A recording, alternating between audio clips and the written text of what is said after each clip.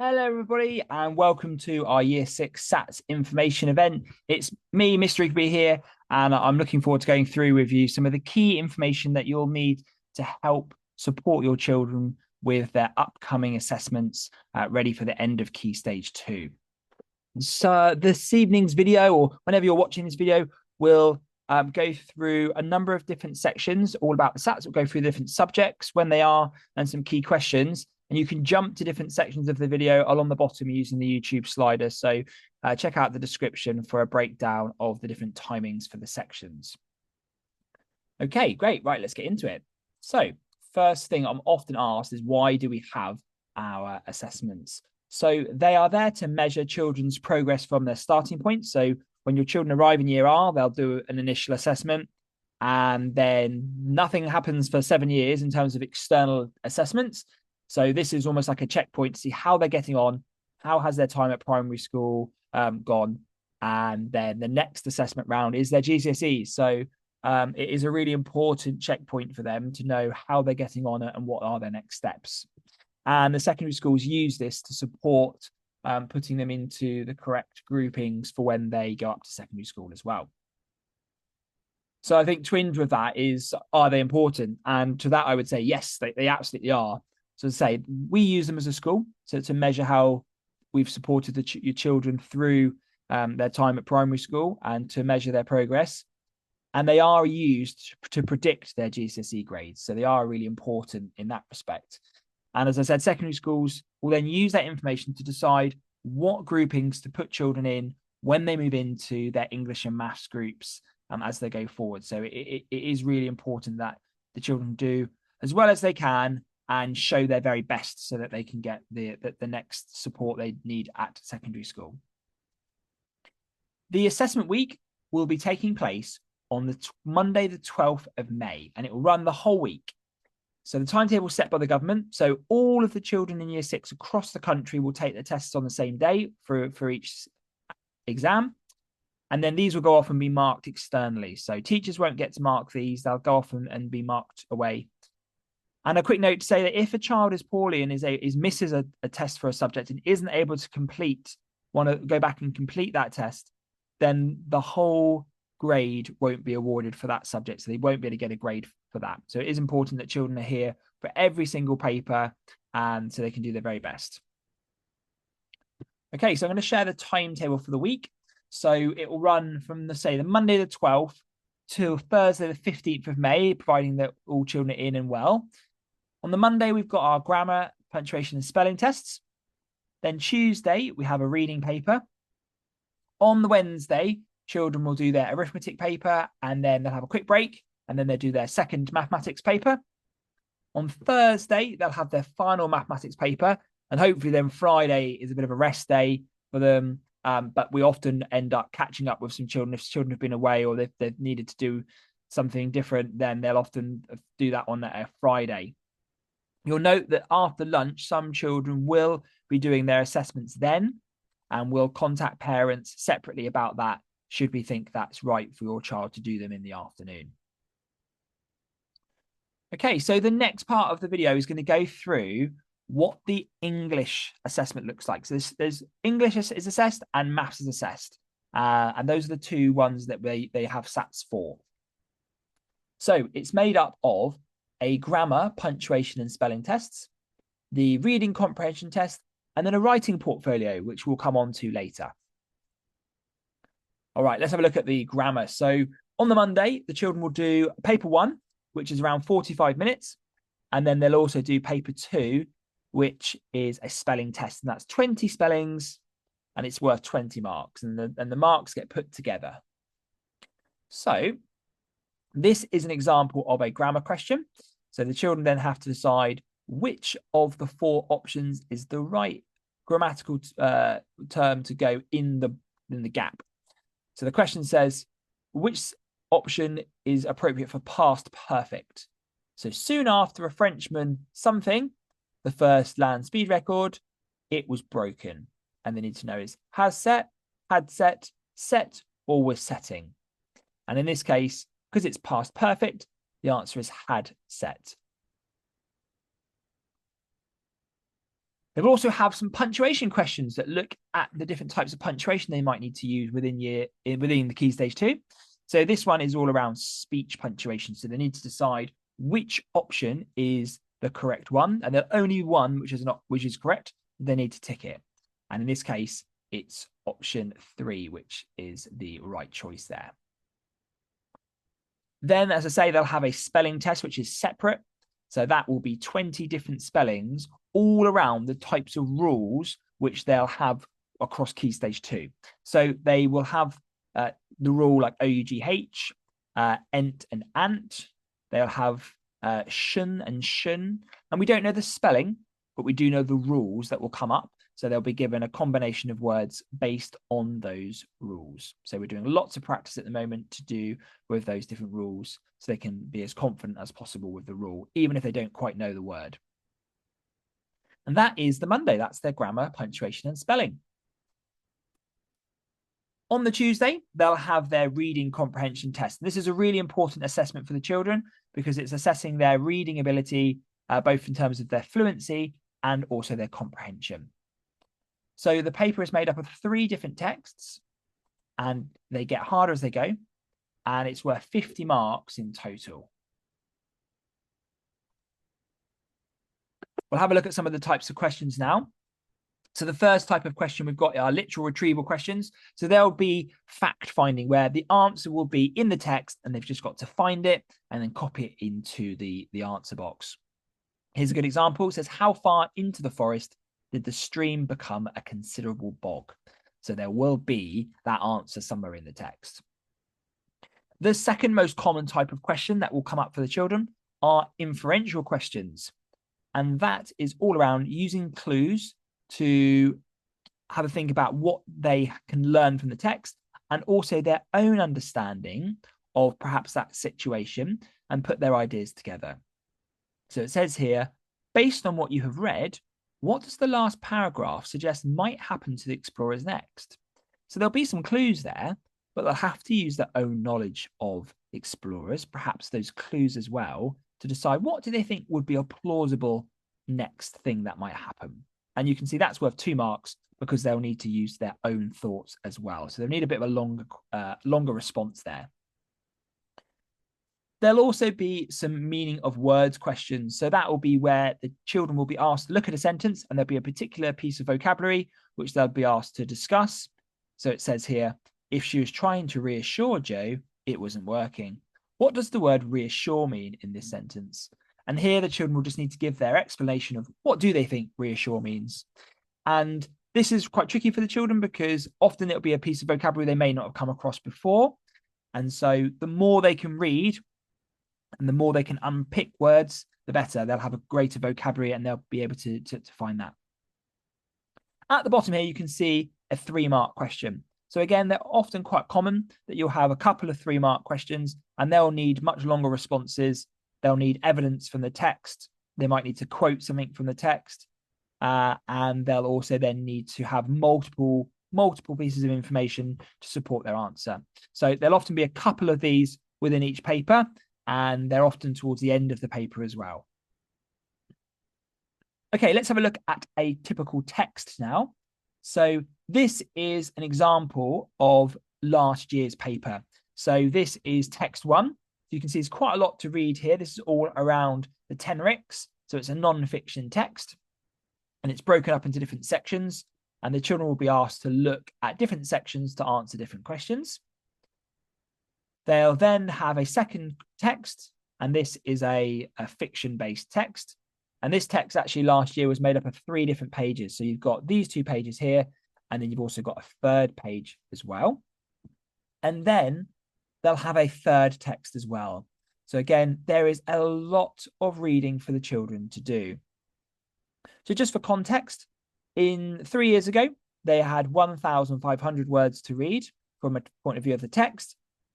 Last year, they had over 2,000 words that they needed to read. So they really are expecting children to read a lot and also read around 1,000 words within the actual question booklet as well. So they'll have over 3,000 words to read and answer in an hour. So it's a lot to do. So in terms of supporting children, the main thing we ask is that children are practicing reading as much as possible. They're getting as quick as they can, and they're reading a wide range of texts, because that way they will get the best chance of learning new vocabulary and learning about different types of text as well. Okay, so that is the reading exam. One thing that is not done in SATS week, but is still happening around the same sort of time, is children's writing. So we will need to submit to the exam board our judgment as teachers on where we think the children are. So we make that judgment on a selection of children's work. So we'll look at about 5 or 6 different pieces of children's writing, and we'll decide, are they showing the skills that they need to meet the age-related expectations for the children? There is a lot of things that they need to show, and I'm not going to go through that in today's meeting because it's not part of the SATs as such, but teachers will go through that at your upcoming parents' evening and talk about some of the things that they're working on. But it covers a range of writing, non-fiction and fiction writing from across the English lessons that they're doing. And spelling and handwriting are really important. So if children are not showing neat handwriting, then they're unlikely to be able to make age-related expectations. So practicing their handwriting and practicing their spellings are still really important. Otherwise, children are at risk of not reaching where they need to be by the end of the year. So as parents, what can you do to support your children? So listen to children read as much as possible. Ensuring that children are reading, they're enjoying reading, they've got books that they like to read is going to be one of the most important things. That will help both reading and their writing as well. Talking about the meanings of words and phrases. So if you're reading with your children and they don't know what a word is, then look it up. See if you can find out about it. Can you use it in a sentence? Try and encourage them to learn that new vocabulary. Making use of spelling shed and century is really important as well, and something which they will absolutely want to keep using. So make sure that you use that, please. There are CGP revision books as well, which you can make use of. And we are offering those to be bought at the moment, and I'll talk about those at the end. And then if you've got any concerns, please discuss these with your child's class teacher.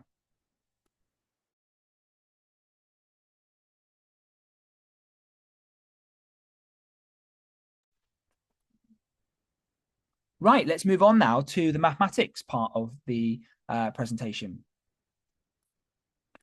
Okay, so for maths, it's broken up into 3 different papers. There's one paper which is to do with arithmetic, and the other 2 papers are their reasoning papers. And we'll talk about what each of those mean in a moment. They are worth in total 110 marks. So it's actually quite a lot of marks in mathematics. And then they're all added together to give them a final score. To be successful for the mathematics assessments, they need to have a secure knowledge in a wide range of things. They'll need to know their mathematical facts. So they'll need to know things like how many degrees are in a circle, how many milliliters are in a liter. They'll need to know and recall their times tables and their division facts. That's such an important thing they'll need to know. If children are struggling to quickly recall 6 times 7, they're going to find it very difficult to make age-related expectations. So practicing times tables is one of the most important things you can do. They'll need to have strategies for calculation, whether that be finding fractions of amounts, long multiplication. Those skills will be really important for them to be able to do and do at speed. And one of the other areas is reasoning. Using logic, explaining their understanding and writing down what they know is really important. So we're going to have a look now at the arithmetic paper. So they have 30 minutes to complete 36 questions. So it's a real race for the children. And this assessment is looking at their calculation ability. So I'm going to put up on the screen some of the example questions that they'll be given. You can see they're quite complicated. There'll be basic addition and subtraction, multiplication and division. There'll be lots of fractions questions for them to do, finding fractions of amounts, adding fractions. They'll also need to work with percentages as well. And some of the questions will be fairly quick to do. Some of them, like the one on the top right here, will be worth 2 marks because they'll actually take a longer period of time to do. but you can budget for around 1 minute per question. They don't have long and they have to be fast. So their quick calculations are really important, and their times table knowledge is essential for ensuring that they can score as well as they can. So that is the arithmetic test. And then the other two papers are a mixture of all the different maths topics that they've covered from across Key Stage 2. They'll have 40 minutes per paper, and they're around roughly 30 questions each. So they'll cover a whole range of things, whether that's prime numbers, square numbers, doubling and halving, having to find the difference between two numbers or perhaps two different times. They might look at Roman numerals. They'll be asked to calculate the costs and find change using coins. They'll be asked to problem solve and work out a pattern or a number sequence. They'll be given graphs and data and have to interpret that, perhaps measuring or drawing angles or looking at different shapes. Children may be asked to read the temperature or calculate the average as well. I spoke earlier about the relationship of different mathematical knowledge, and these are some of the key things that they'll need to know. How many meters are in a kilometer? How many minutes are in an hour? Those sorts of conversion skills are really important to ensure that they're being successful and that they've developed the skills and the knowledge they'll need to be successful. Okay, this is a typical question that they'll be given. So this is looking at some data here, and they'll be given quite a lot of words here. So you can see, again, reading is a really important part of this. So it says that there was 100 girls and 50 boys, and they were asked which kind of chocolate they liked best. And you can see the two different pie charts here. Dev says the pie chart shows that more girls than boys liked milk chocolate best. Dev is correct. Explain how you know. So on the surface, it looks like half of the boys liked milk chocolate and less than half of the girls liked milk chocolate. So it does look like actually the boys liked more. But the children then need to explain that because the left-hand pie chart is out of 100 girls, actually the proportion is much more. And they need to explain their understanding of fractions of amounts and link all of that together. So it's a lot for them to talk about there. But you can see here, it's moving beyond that calculation of the previous assessment, and now it's getting them to think about their mathematical knowledge. Here is a question from the reasoning paper. So they are still doing multiplication here, but actually now they're having to work backwards and think about the missing digits. Here is looking at a multiplication question. So they'll need to think about what two numbers will multiply together to make the top box. And again, working backwards using their division knowledge as well. In the arithmetic test, they were asked to look at calculating with fractions. Here, they're having to think about the size of the fraction relative to another fraction and thinking about making them equivalent fractions so they can be really easily compared. So in this instance, it's looking about trying to make them out of 16ths if needed, or thinking about changing them to halves and trying to think about which way round they would need to go. So lots of different maths for them to cover here. And for yourselves at home to support your children, some of the main ways would be getting them to practice their times tables using Times Table Rockstars. If you've checked your children's times tables and they can't quickly recall all of the different multiplication facts within 6 seconds, so that's the measure. If they can't tell you 8 times 9 within 6 seconds, then they need to practice their times tables.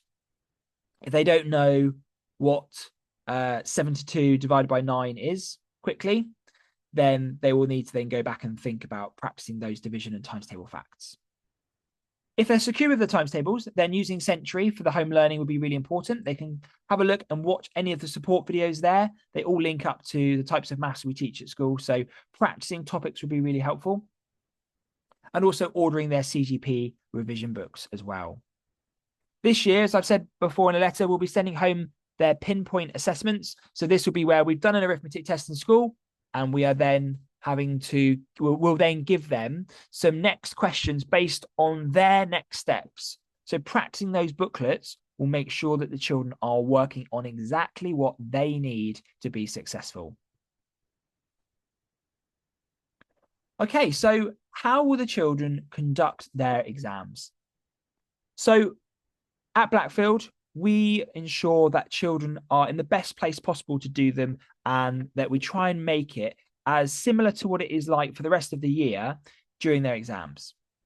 So the children will sit their tests within their classrooms, and that will either be downstairs or they'll go upstairs into the year six classrooms upstairs where they work regularly to do their assessments. And we'll do these a class at a time. So it might be that it's Mrs. Dalton's class, or perhaps Mrs. Renyard's, or whoever's teaching them that they'll cover that class, and then the next class will go. Some pupils, as I said, will take their tests in the afternoons, and all pupils will get a break between their assessments. So they'll get a chance for a quick drink and a snack so that they're ready to go. And apart from the reading, all the rest of the tests can be read to the pupils, and we'll encourage them to ask for that support so we can read the questions to them. It's really helpful. Some children will be eligible for additional support or additional time. However, that is a really strict criteria, and we will try and obtain that wherever we can for pupils. However, it is not always a consistent. So you may feel like you are going to be able to want extra time for your children. That isn't always the case, and we have to prove that they are eligible for that. And we'll discuss that with you nearer the time should they qualify for that. Okay, so final few things now. So issues on the day. If your child is unwell on the day, please contact the school as soon as possible. The office will be open from 8 a.m, so please telephone us to say if there is an emergency. It may well be that children are able to take their tests on the following day. However, that is really challenging for us as a school because they'll already be on to their next assessment. So we will do our best to ensure we can get them through. We don't want anyone to not do the assessments, but it is really important that you communicate with us as soon as possible what is going on so that we can apply to the exam board for special consideration. So anyone who's poorly or not in, we have to let the Department for Education know. So please do let us know. Of course, anything for COVID related or anything like that is no longer given special consideration. So please just contact the office if in doubt. Right, so your children have done their assessments. They're all sealed and sent off. And this is what happens next. So, as I say, the tests are sent away, and then they are scanned in, and the government will have markers who will mark the papers online. Once all the tests across the whole country have been marked, then they will decide on a pass mark. So no one will know the pass mark until they've done all the tests and they've seen how all the children have got on, and then they'll decide where they want to decide the pass mark will be. At that point, they'll be given a scaled score, and it will tell us as a school whether they've made age-related expectations or not. And that data won't be given to us until July. So we'll get that data sort of early July, and then we'll inform parents at the end of the year in their school report how they've got on. So at Blackfield, we don't tell parents on the same day as the results come through because we need to check that data. Often we will dispute it and we might argue something if we feel a child's been not given a mark when they should have done. So please be patient with us, and we will have the data ready for you once we're happy that it is correct. Secondary schools will also be sent these results so that they know where to start setting children for when they arrive in year 7. You can see here a typical pass mark. So this is a rough guide. It's different every year, but roughly grammar is about 50%. Reading is around about 26, 27 marks, depending on the test. And maths, again, is around 50%. So they only need to score half the marks often to pass. And you can see here the scaled score. So in reading, if they scored 28 marks, they haven't done enough. If they've scored 29 marks, then they've passed. Just a quick reminder that we are able to get a discount on the revision books, and the packs that I've flashed up in front of the screen here. These are the ones we recommend getting, which are the Buster packs. So you get 3 reading, 3 grammar, and 3 maths, and you can choose them individually, or you can buy them all as a pack. So it's £5.75 per pack. So there's 3 packs on offer. The deadline is the 27th of March. After that, we are not able to get any more discounts. So you'll need to go through the website yourself if you want to buy any others. And there are lots of other booklets. If you want to buy others as well, then please do so. Just lastly, we've got some links here, which I will share as a PDF. So alongside this video, we'll email the PDF to parents if you want to click on any of these links. BBC Bite Size has got lots of different resources on there that will be really useful. But for us, I would recommend the Sentry. So logging on to Sentry and practicing both reading and maths nuggets are really important. If you'd like to do any previous papers, there's also a SATS paper website where you can print off previous SATS papers and do some practice papers at home if you want to. Again, really helpful for parents to see the types of questions that come up. Please just make sure you're using the papers from 2015 onwards. There's about 10 years worth of papers there that you can trawl through and they can make good use of. Okay, so I hope that's been helpful to have a look at some of the assessments that will be coming up for your children and the types of things they'll need to do. I say if you've got any questions, please don't hesitate to contact your child's class teacher. I know the Year 6 team are very experienced and have done the SATs alongside me for a number of years, so they know exactly what they're doing, and they're the best people to support your children during their assessments to be ready for secondary school. Okay, thank you very much for your time. That's all from me, Mr. Igby, and I'll see you very soon.